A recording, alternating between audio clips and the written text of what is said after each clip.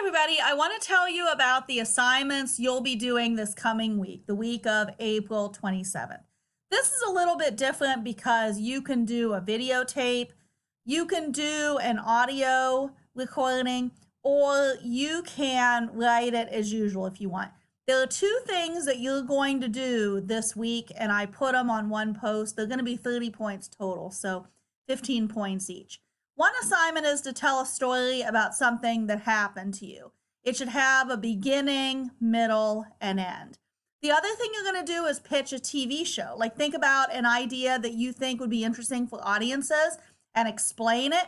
And you could even cast it. You could give different details about who would be good in the show and what it would consist of, maybe different episode ideas.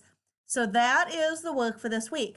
Make sure that you get assignments done from last week if you did not get them finished. The No Red Ink, the spelling handout, and the My Life assignment. So as usual, let me know if you need any help. You can email me. So have a good day. Bye.